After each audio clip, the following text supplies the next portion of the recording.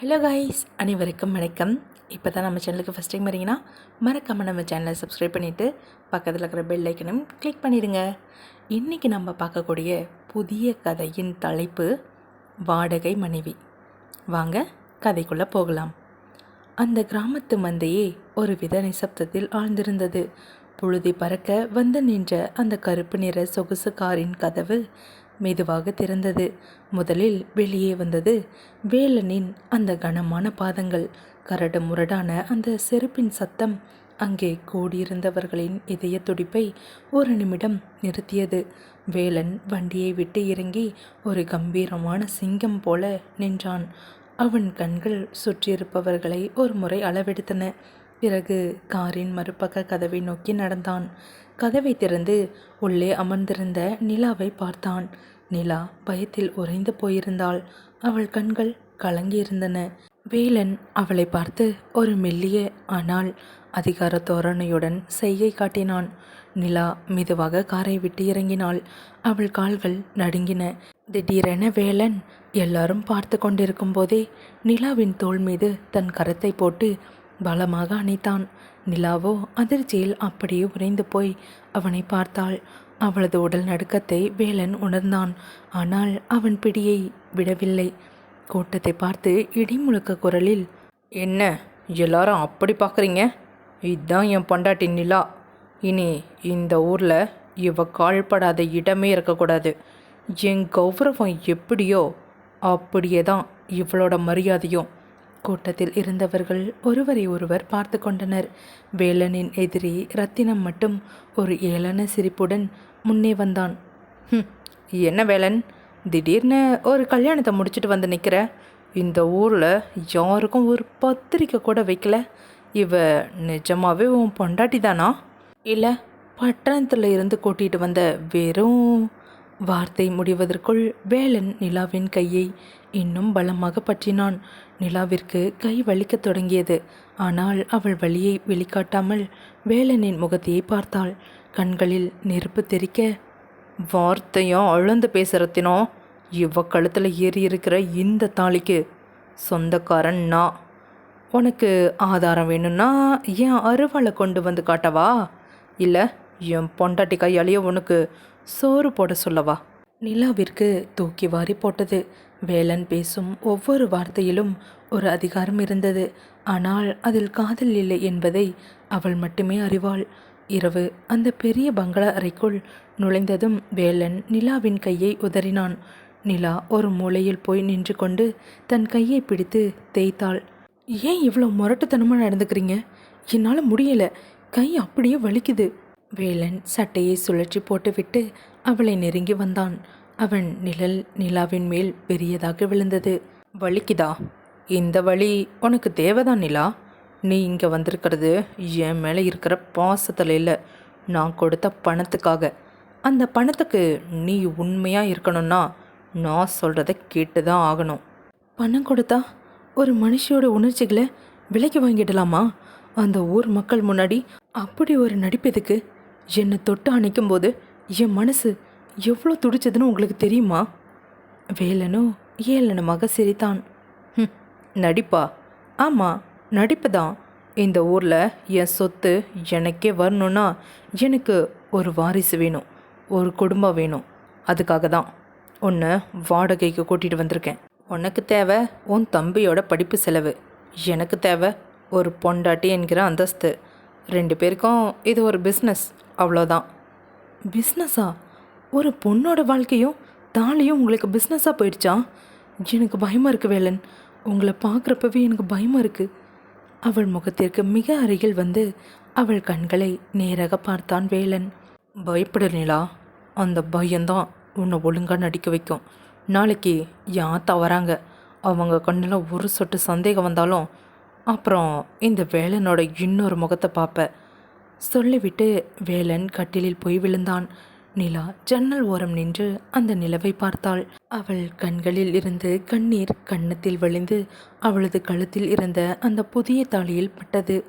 நிலா அந்த அறையின் ஒரு ஓரத்தில் அமர்ந்து தன் பழைய ஃபோனை கையில் எடுத்தாள்.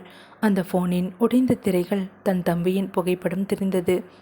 மெதுவாக எண்ணெய் அழுத்தினாள். மறுபக்கம் ஃபோன் எடுக்கப்பட்டது. அக்கா, எப்படி இருக்க? புது இடம் உனக்கு பிடிச்சிருக்கா? மாமா உன்னை நல்லா பார்த்துக்கிறாரா? நிலா தன் அழுகையை அடக்கி கொண்டு குரலை சீராக்கினாள். கண்களில் வழிந்த கண்ணீரை துடைத்து கொண்டே புன்னகைக்க முயன்றாள். நான் நான் நல்லா இருக்கேன்டா சூர்யா. இங்கே எல்லாரும் ரொம்ப அன்பை காட்டுறாங்க.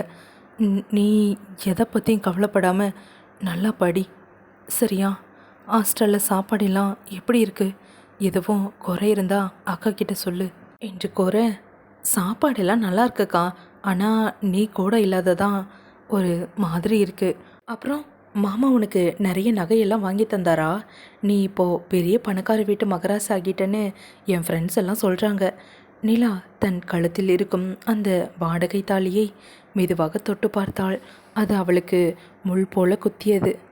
அதை கேட்ட நிலாவோ, நகையெல்லாம் எதுக்குடா? நீ நல்லா படித்து ஒரு பெரிய ஆளாக வரணும், அதுதான் எனக்கு பெரிய நகை. அக்கா சொல்கிறத கேளு, கவனமாக படி, காசை பற்றி யோசிக்காத, நான் பார்த்துக்கிறேன். சரிடா, நேரமாகுது, அப்புறம் பேசுகிறேன். ஃபோனை வைத்ததும் நிலாவின் அணை கடந்த வெள்ளமாக கண்ணீர் கொட்டியது. அந்த அறையே அவளுக்கு ஒரு சிறைசாலை போல தெரிந்தது. கட்டிலில் நிம்மதியாக உறங்கிக் கொண்டிருக்கும் வேலனை வெறுப்புடன் பார்த்தாள். என்ன மனுஷன் இவ! கல்யாணங்கிற புனிதமான உறவையே ஒரு வியாபாரமாக மாற்றிட்டாரே. வாடகை மனைவியாக நடிக்க கூட்டிகிட்டு வந்துட்டு ஊர் முன்னாடி அவ்வளவு அதிகாரம் பண்ணுறாரு. அப்பா அம்மா மட்டும் இன்னைக்கு உயிரோடு இருந்திருந்தா எனக்கு இந்த நிலைமை வந்திருக்குமா? அவங்க போனதுக்கு அப்புறம் என் தம்பியை தவிர எனக்கு யார் இருக்கா? அவன் எதிர்காலம் பாழாகிடக்கூடாதுங்கிறதுக்காக தானே நான் இந்த நரகத்தில் வந்து விழுந்திருக்கேன். அப்பா அம்மாவின் முகம் ஞாபகம் வர நிலா அப்படியே தரையில் அமர்ந்து தேம்பி தேம்பி அழுதாள். கடவுளே, இன்னும் என்ன வேலை நான் பார்க்கணுமோ என்று நினைத்தபடி உறக்கமில்லாமல் இரவை கழித்தாள். விடியற் காலை நேரம். வாசலில் ஒரு பழைய அம்பாசிடர் கார் வந்து நின்றது.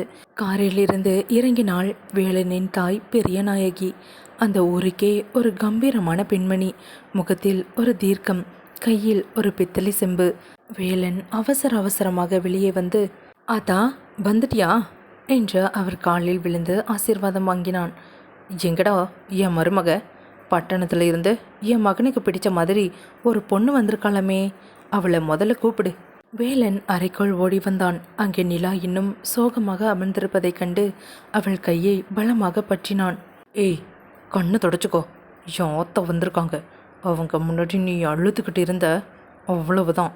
ஒரு சந்தோஷமான குடும்ப தலைவி மாதிரி வந்து நில்லு, போ." நிலா பயத்துடன் எழுந்து தன் முகத்தை கழுவிக்கொண்டு வெளியே வந்தாள். வாசலில் நின்றிருந்த பெரிய நாயகியை பார்த்ததும் தயக்கத்துடன் குனிந்து கும்பிட்டாள். நிலாவை உச்சி முதல் பாதம் வரை ஒரு தீர்க்கமான பார்வையால் அளவெடுத்தார் பெரிய நாயகி. "வா, கிட்ட வா தாயி.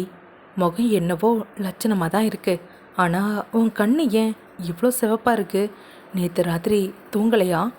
நிலா பதில் சொல்ல முடியாமல் வேலனை பார்த்தாள். வேலன் உடனே குறுக்கிட்டான்.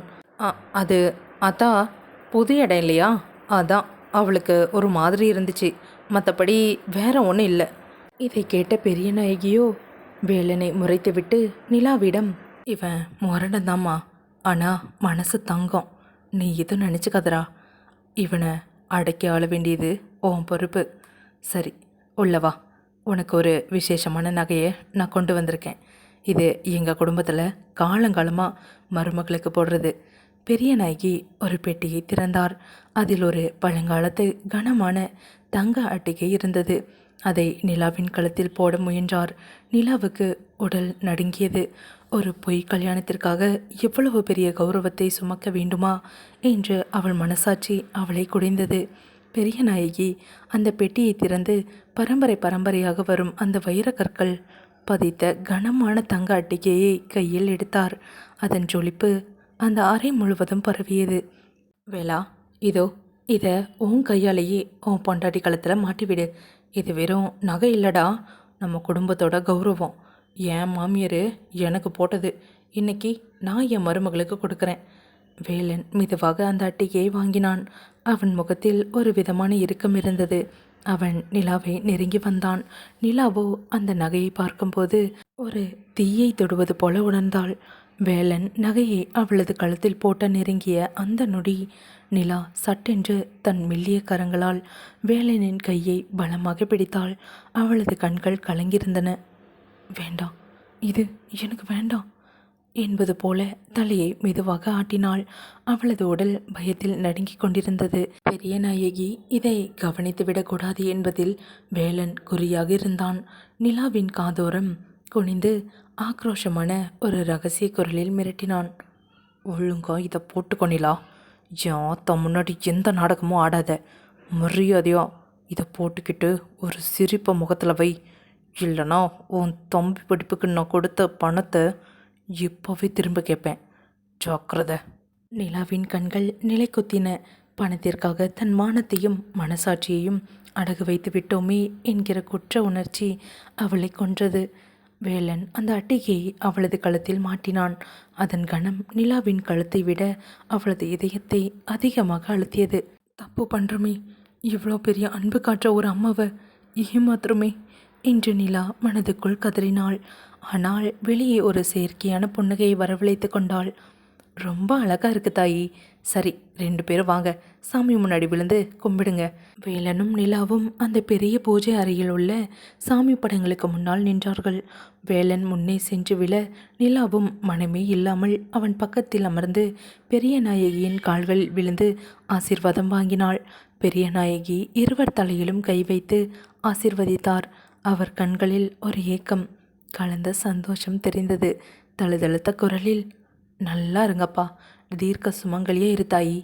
என் காலம் முடியறதுக்குள்ள உங்கள் 2 பேரோட வாரிசை என் கையில் பார்க்கணும். சீக்கிரமாக ஒரு பேரனையோ பேத்தியையோ பெற்று என் கையில் கொடுங்க. அதுதான் இந்த தாயோட கடைசி காலத்து நிம்மதி. அந்த பிஞ்சு முகத்தை பார்த்துட்டே என் உசிர் போகணும்னு ஆசைப்படுறேன். இந்த வார்த்தைகளை கேட்டதும் நிலாவுக்கு இடி விழுந்தது போல இருந்தது. வேலனின் முகத்திலும் ஒரு நிமிடம் சலனம் தெரிந்தது. நிலா மெதுவாக நிமிர்ந்து வேலனை பார்த்தாள். வாடகை மனைவியா நடிக்க வந்த இடத்துல வாரிசு கேட்குறாங்களே, இதுக்கு என்ன பதில் சொல்ல போகிறோம் என்கிற திகைப்பில் நிலா உறைந்து போனாள். வேலனோ நிலாவின் பார்வையை தவிர்த்துவிட்டு எழுந்து கொண்டான். பூஜை அறையில் இருந்து ஆசீர்வாதம் வாங்கிவிட்டு வந்தவர்கள் அந்த பெரிய அறைக்குள் நுழைந்தார்கள். கதவை சாத்தியதும் நிலா ஒரு மூலையில் போய் சோகமாக நின்றாள். பெரிய நாயகி கேட்ட அந்த வாரிசு கேள்வி அவளுக்குள் இன்னும் ரீங்காரமிட்டே கொண்டிருந்தது. வேலன் தன் சட்டையை சுழற்றி ஒரு பக்கமாக போட்டுவிட்டு நிலாவை பார்த்து நாட்களாக சிரித்தான். என்ன மேடம், ரொம்ப அமைதியாக இருக்கீங்க? பட்டணத்தில் பார்த்தப்ப வாய் எப்போவும் லொடலொடன்னு பேசிக்கிட்டே இருக்குமே, இப்போ என்ன வாயில் கொழுக்கட்டையை வச்சுட்டு நிற்கிறீங்களா? நிலா மெதுவாக திரும்பி வேலனை தீர்க்கமாக பார்த்தாள். அவள் கண்களில் சோகம் இருந்தாலும் குரலில் ஒரு உறுதி தெரிந்தது. நான் எதுக்குங்க உங்ககிட்ட தேவையில்லாமல் பேசணும்? நான் இங்கே நடிக்கத்தான் வந்திருக்கேன். நீங்கள் கொடுத்த பணத்துக்கு என் நேரத்தை விற்றுட்டு வந்திருக்கேன். இன்னும் எண்ணி 3 மாதம்தான். அது வரைக்கும் தான் இந்த வாடகை மனைவிங்கிற பட்டம். அது முடிஞ்சதும் நான் என் தம்பியை கூட்டிகிட்டு இங்கிருந்து கிளம்பிட்டே இருப்பேன். வேலன் அவளது பேச்சை கேட்டு ஒரு நிமிடம் புருவத்தை உயர்த்தினான். பிறகு ஒரு மெல்லிய சிரிப்புடன் சோஃபாவில் அமர்ந்து கொண்டான். ஓ, 3 மாதம் முடிஞ்சா பறந்து போயிடுவியோ? சரி, அது வரைக்கும் நீ என் மனைவி தானே? அப்போ சரி, எனக்கு நல்லா சூடா ஒரு காஃபி போட்டுட்டு வா. நிலா அப்படியே அதிர்ச்சியில் உறைந்து போனாள். தன் காதுகளை தானே நம்ப முடியாமல் அவனை பார்த்தாள். என்னது, காஃபியா? நான் எதுக்கு உங்களுக்கு காஃபி போடணும்? நான் இங்கே உங்கள் அம்மா முன்னாடி நடிக்கத்தான் வந்தேனே தவிர உங்களுக்கு வேலைக்காரியே இருக்க வரல என்று கூற வேலனோ மெதுவாக எழுந்து அவளை நெருங்கினான். நடிக்கத்தான் வந்தேன்னு நீயே சொல்லிட்ட. அப்போ என் அம்மா முன்னாடி மட்டும் நடித்தா போதுமா? இப்போ இந்த வீட்டு மகராசி நீதான். ஒரு பொண்டாட்டி தம் புருஷனுக்கு காஃபி போட்டு தரதில் என்ன தப்பு? போய் நல்லா ஸ்ட்ராங்காக ஒரு காஃபி போட்டுட்டு வா. நிலா முறைத்து கொண்டே நிற்க வேலன் அசால்ட்டாக தன் காலணிகளை சுழற்றி போட்டுவிட்டு அப்படியே கட்டிலில் விழுந்தான். ஸ்டைலாக ஒரு காலை இன்னொரு கால் மேல் போட்டுக்கொண்டு கைகளை தலைக்கு அடியில் வைத்து படுத்து கொண்டான். சீக்கிரம் போனிலா, காஃபி வர வரைக்கும் நான் அப்படியே ஒரு குட்டி தூக்கம் போட போகிறேன். ஒரு வேளை நீ வரல லேட்டானா நானே வெளியே போய் எங்கள் ஆத்தா கிட்ட உன் மருமகளுக்கு ஒரு காஃபி கூட போட தெரியலன்னு சொல்லிடுவேன், பார்த்துக்கோ. நிலாவுக்கு ஆத்திரமாக வந்தது. இவனை என்ன பண்ணலாம் என்பது போல தன் கை நகங்களை கடித்து கொண்டு நின்றாள். பிறகு வேறு வழி இல்லாமல் முணுமுணுத்து கொண்டே கதவை திறந்து சமையல் அறைக்கு நோக்கி நடந்தாள். நிலா சமையல் அறைக்குள் நுழையும் போது அங்கே பெரிய நாயகி வேலையாட்களை போக சொல்லிவிட்டு தானே உலையில் அரிசியை போட்டு கொண்டிருந்தார். அந்த பெரிய வீட்டு மகராசி தன் மகனுக்காகவும் மருமகளுக்காகவும் வியர்க்க விறுவிறுக்க சமைப்பதை பார்த்த நிலாவுக்கு மனசு என்னவோ செய்தது. வேகமாய் போய் அவர் கையை பிடித்து கொண்ட நிலா, அத்தை இருங்க அத்தை, நான் பார்த்துக்கிறேன். நீங்கள் ஏன் இப்போ இதெல்லாம் செஞ்சிட்ருக்கீங்க? தள்ளி நில்லுங்க, நான் சமைக்கிறேன். நிலா இதை கூறும்போது அவளுக்குள் எந்த பொய்க்கேடயமும் இல்லை. பெரிய நாயகியின் அந்த நிசப்தமான அன்பு நிலாவின் மனசாட்சியை தொட்டது. தான் ஒரு வாடகை மனைவி என்பதை மறந்து ஒரு உண்மையான மருமகளாக அந்த உரிமையை எடுத்தாள். புன்னகையோடு நிலாவின் தலையை வருடிய பெரிய நாயகி, இருக்கட்டும் தாயி, நீ பட்டணத்தில் வளர்ந்த பொண்ணு, அங்கே அடுக்குமாடி வீட்டில் இதெல்லாம் செஞ்சுருக்க மாட்டேன். அதுவும் நேற்று தானே இந்த வீட்டுக்கு வந்திருக்க. வந்த 2வது நாளே உன்னை வேலை வாங்கினா இந்த ஊர் என்னை தப்பாக பேசாதா? நீ போமா, நான் பார்த்துக்கிறேன் என்று கூற அதை கேட்ட நிலாவோ கண்களில் ஒரு மெல்லிய சோகத்துடன், அப்படியெல்லாம் இல்லை அத்தை, எனக்கு அம்மா அப்பா இல்லைங்கிறது உங்களுக்கு தெரியும்ல. நானும் என் தம்பியும் தான். அதனால் சின்ன வயசுலேருந்தே சமையல் வீடுன்னு எல்லா வேலையும் நான் தான் பார்ப்பேன். எனக்கு இதில் எந்த கஷ்டமும் இல்லை. நீங்கள் போய் கொஞ்சம் ஓரமாக ஓய்விடுங்க, நான் பார்த்துக்கிறேன். நிலாவின் பேச்சில் இருந்த அந்த தனிமை பெரிய நாயகியை நெகிழ வைத்தது. என் மகனுக்கு ஒரு நல்ல வைரம் கிடைச்சிருக்கு என்று மனதார நினைத்தபடி சந்தோஷமாக அறைக்கு சென்றார். நிலா முதலில் வேலன் கேட்ட அந்த பழிவாங்கல் காஃபியை தயார் செய்தாள். சர்க்கரைக்கு பதில் ஒரு ஸ்பூன் உப்பை வாரி போட்டுவிட்டு ஒரு நக்கலான புன்னகையுடன் அறைக்குள் நுழைந்தாள். உள்ளே வேலன் கண்களை மூடி ஆழ்ந்த தூக்கத்தில் இருப்பது போல படுத்திருந்தான். நிலா அவன் அருகே சென்று காஃபி கப்பை கையில் வைத்து கொண்டு தொண்டையை சரி செய்வது போல சத்தம் கொடுத்தாள். வேலன் மெதுவாக ஒரு கண்ணை திறந்து பார்த்தான். அவளை பார்த்ததும் ஒரு குறும்பு சிரிப்போடு எழுந்து அமர்ந்தான். இதோட இந்த எபிசோட் முடியுது. நெக்ஸ்ட் எபிசோடில் என்ன நடக்க போகுதுன்னு பார்க்கலாம். மறக்காமல் நம்ம சேனலை சப்ஸ்கிரைப் பண்ணி வச்சுட்டு பாருங்கள் கைஸ். ஆஃப்டர் லாங் டைம் நம்ம கதைகளின் அரசி சேனலில் ஸ்டோரிஸ் கண்டினியூஸாக வரப்போகுது. ஸ்டார்ட் பண்ணியிருக்கோம். மறக்காமல் எல்லாருமே பாருங்கள். கதை எப்படி இருக்குன்னு மறக்காமல் கமெண்டில் சொல்லுங்கள். அப்போ தான் எனக்கு தெரியும். தேங்க்ஸ் ஃபார் வாட்சிங். பாய். இருங்க, ஃபோன் ஆஃப் பண்ணிடாதீங்க. இன்னொரு விஷயம் சொல்கிறேன். கதையின் அரசி 2 உங்களுக்கு ஆல்ரெடி இந்த சேனல் தெரியும்னு நினைக்கிறேன். நம்ம கம்யூனிட்டி போஸ்ட்டில் நான் போடுறேன். அந்த சேனலை செக் பண்ணி பாருங்கள். அதுலேயும் நம்மளோட லவ் ரொமான்டிக் ஸ்டோரிஸ் போயிட்டுருக்கு. அதையும் வாட்ச் பண்ணுங்கள். உங்களுக்கு ரொம்ப ரொம்ப ரொம்ப பிடிக்கும். இனிமேல் நம்மளோட 2 சேனல்லையும் சூப்பரான க்யூட்டான லவ் ரொமான்டிக் ஸ்டோரிஸ் தான் வரப்போகுது. மறக்காமல் 2 சேனல்லையும் சப்ஸ்கிரைப், லைக், ஷேர் பண்ணுங்கள் கைஸ். தேங்க்ஸ் ஃபார் வாட்சிங். பாய்.